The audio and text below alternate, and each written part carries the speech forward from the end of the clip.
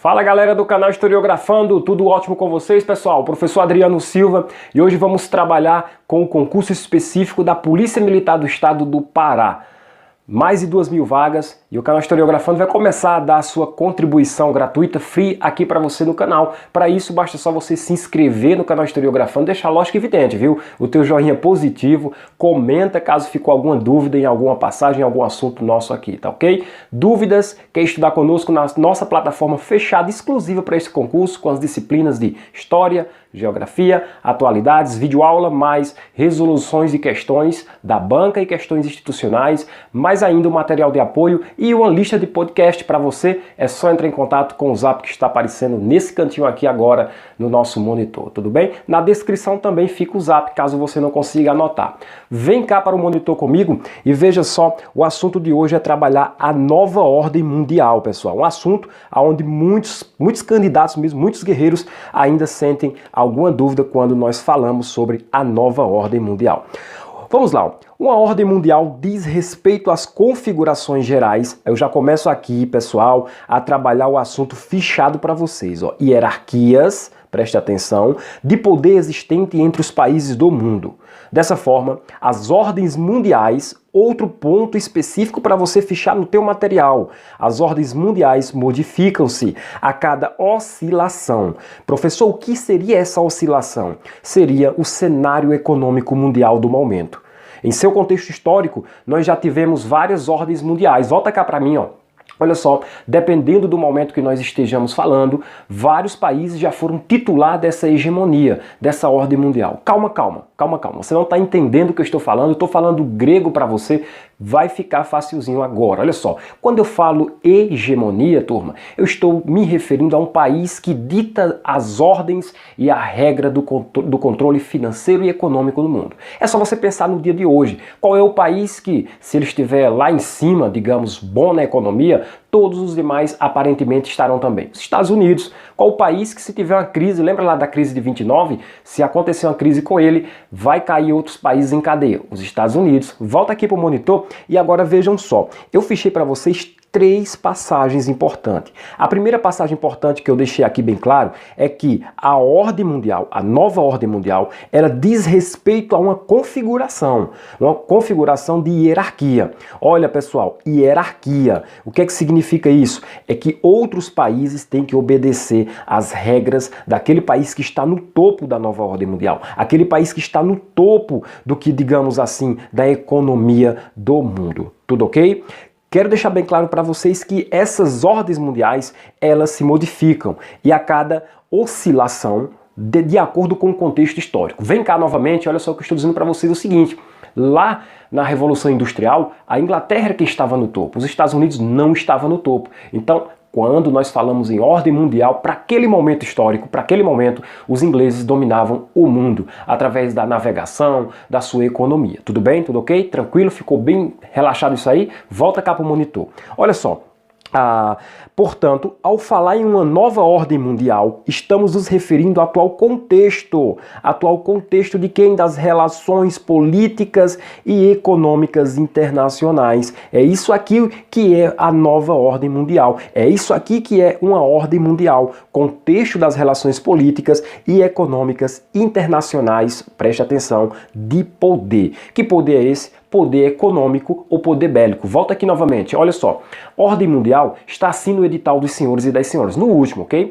E cuidado, viu, turma? Quando você encontrar uma das alternativas que fale sobre esse assunto, pode vir do plural, sem problema nenhum. Eu acabei de dizer que nós já tivemos, no passado histórico, várias e várias ordens mundiais. Cada ordem dessa tinha o seu país detentor da hegemonia no mundo, tá ok? E no momento que nós estamos vivendo agora, é os Estados Unidos. Vamos lá novamente conversar. Olha aqui, o passado das ordens mundiais. Durante a Guerra Fria, existiam 2 nações principais que dominavam e polarizavam as relações de poder no globo: Estados Unidos e União Soviética. Esses 2 países aqui, pessoal, eles dominavam o contexto da Guerra Fria. Isso vocês já sabem muito bem. Essa ordem mundial era notadamente marcada pelas corridas. Olha aqui o que é que eles buscavam. armamentismo, né? A corrida armamentista era uma pauta, a corrida espacial também outra pauta, e pelas disputas geopolíticas. Professor, sabe o que é que me complica quando eu trabalho história ou geografia? É esses termos, vem cá. Pessoal, termos aqui novos que nós estamos usando. Com certeza, lá no ensino médio você aprendeu, mas não teve ali aquela, digamos, aquele cuidado específico para falar o que era geopolítica, para falar o que era Guerra Fria, para falar o que é hegemonia, para falar o que é bipolaridade, multipolaridade, unipolaridade, muitos contextos você acabou absorvendo do ensino médio ou mesmo nenhum. E isso, lá na nossa plataforma exclusiva do aluno, nós temos esse cuidado. Nós partimos do pressuposto que você vem realmente daquele ensino médio decrépito mesmo, aquele ensino médio que não vai te dar suporte total nessas duas disciplinas. E nós vamos ajeitar a tua vida. Bora lá novamente para o monitor. Olha aqui, ó. Grifos nosso. Preste atenção nos nossos grifos. É importante você ter isso. Olha só. Conclusão do que foi acabado de mostrar para você, ó. Já existiram várias ordens mundiais ao longo da nossa história. A cada ordem havia um país que estava no topo da hierarquia em relação aos demais. Foi o que eu falei para você. Volta aqui novamente comigo, olha só. O que eu falei para você aqui nesse slide que eu apresentei, nesse slide que eu fechei, é que cada país pertenceu a uma ordem mundial no passado. No passado, várias ordens, vários países eram topo, era o titular da hegemonia no mundo. Tá ok? Vamos lá para o nosso próximo slide e ver o que é que ele está dizendo para a gente aqui, ó. Principais características. A nova ordem mundial compreende um fenômeno de alteração da ordem mundial no plano geopolítico. Preste bem atenção. Do qual resulta uma nova configuração política. Em tese, a nova ordem mundial teve início com o final da Guerra Fria, queda do Muro de Berlim em 1989 e fim da União Soviética. O que eu estou dizendo aqui, volta cá para mim, ó, é que essa ordem mundial que nós estamos vivenciando hoje, ela surgiu em um dado momento. Ela surgiu no momento que foi um momento de transição da democracia, pessoal. Tá aí os anos, 89, com a queda do Muro de Berlim, 1991, com o fim da União Soviética. Então fique ligado nesses momentos históricos aí. Volta cá. Olha só, turma.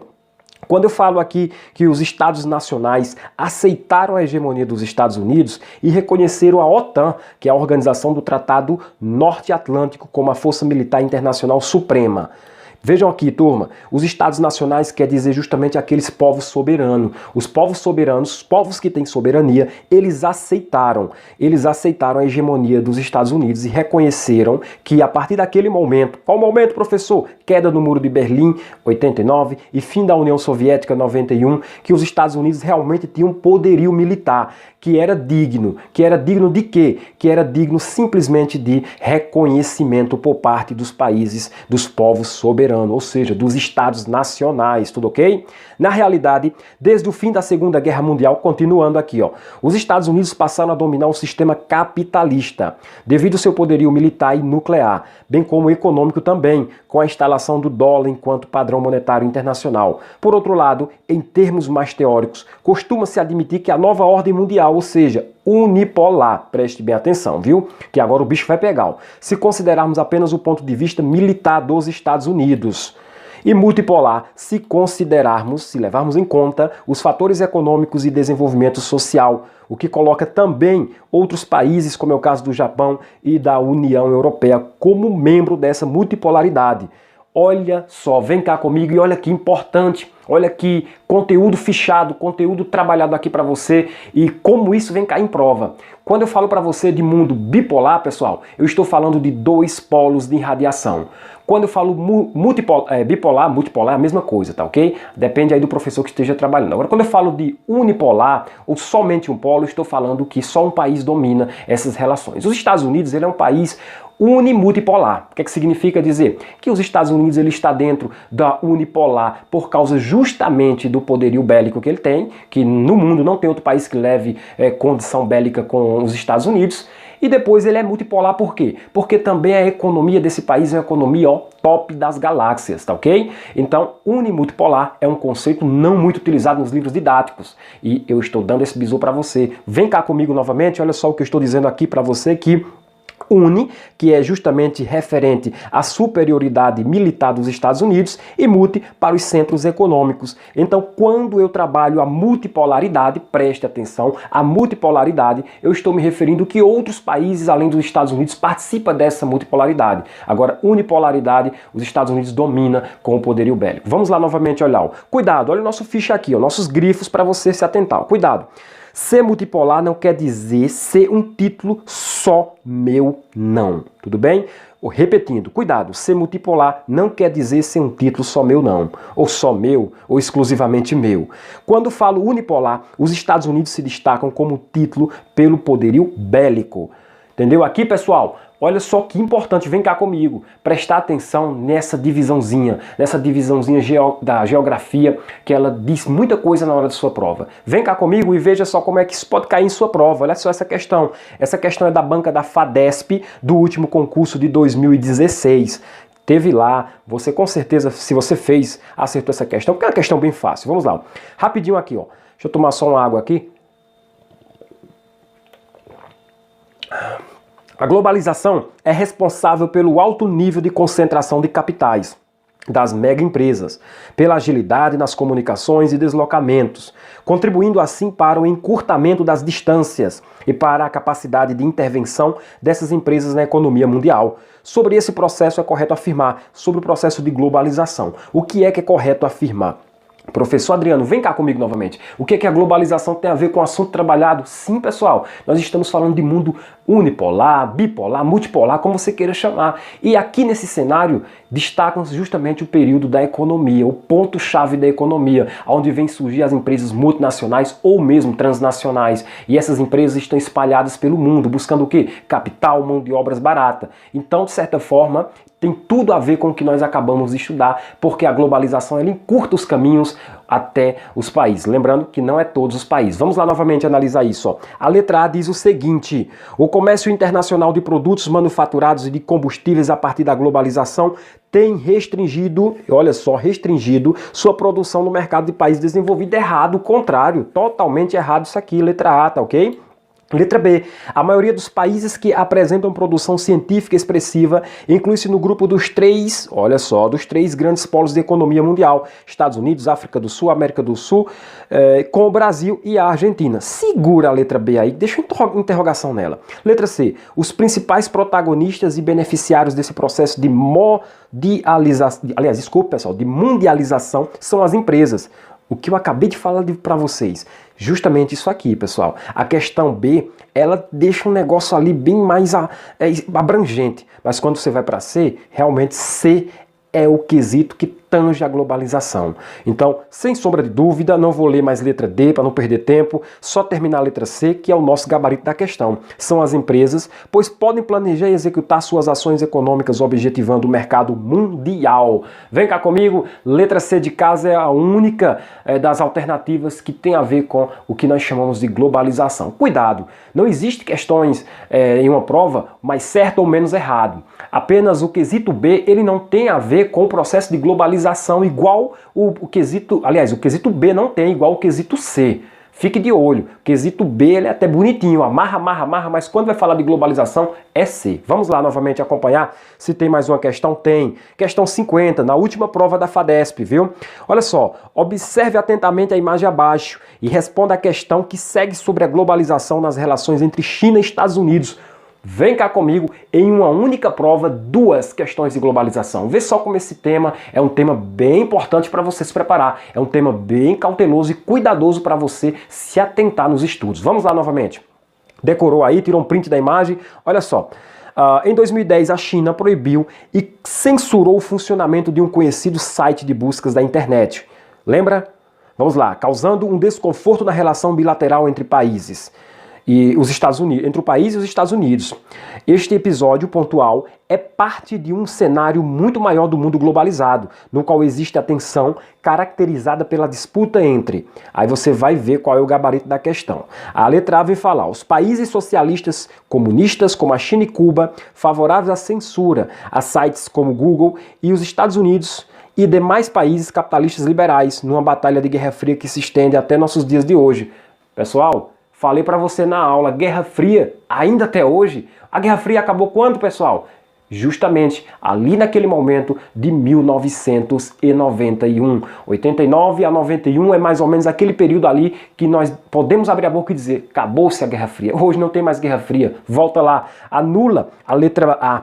Letra B, o governo americano e o chinês existe, né, um aumento no medo americano do domínio chinês no campo mundial ou globalizado de tecnologia de ponta, que é reflexo da agressiva política econômica chinesa de engolir empresas americanas como o Google. Errado, o Google não é chinês, o Google é americano. Letra C.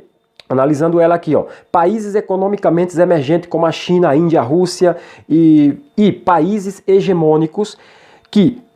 Opa, só me atrapalhei. E países hegemônicos que, perdendo terreno no campo tecnológico, impõem controle aos produtos americanos exportados para a China. E aí, será que é isso? Vamos ver a letra D. A ideia capitalista de comércio globalizado versus a crítica americana à falta de democracia na China. De um lado, o comércio dos Estados Unidos, China cresce. De outro, existe uma quase ingênua tolerância norte-americana à censura social e política chinesa. E aí, pessoal, letra C ou letra D, o gabarito da nossa questão aqui em tese?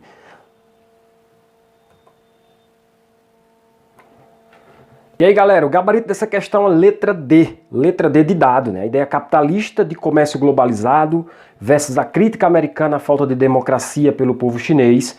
De um lado, o comércio norte-americano, do outro, a China vai crescendo. De outro, existe uma quase ingênua tolerância norte-americana à censura social e política chinesa. É isso aí, pessoal. Vem cá comigo novamente aqui. Essas duas questões estiveram no último concurso da Polícia Militar do Estado do Pará. Quer estudar com o canal Historiografando? Vem ser feliz. Força guerreiro. Rumo à aprovação. Conto com todos vocês. A luta...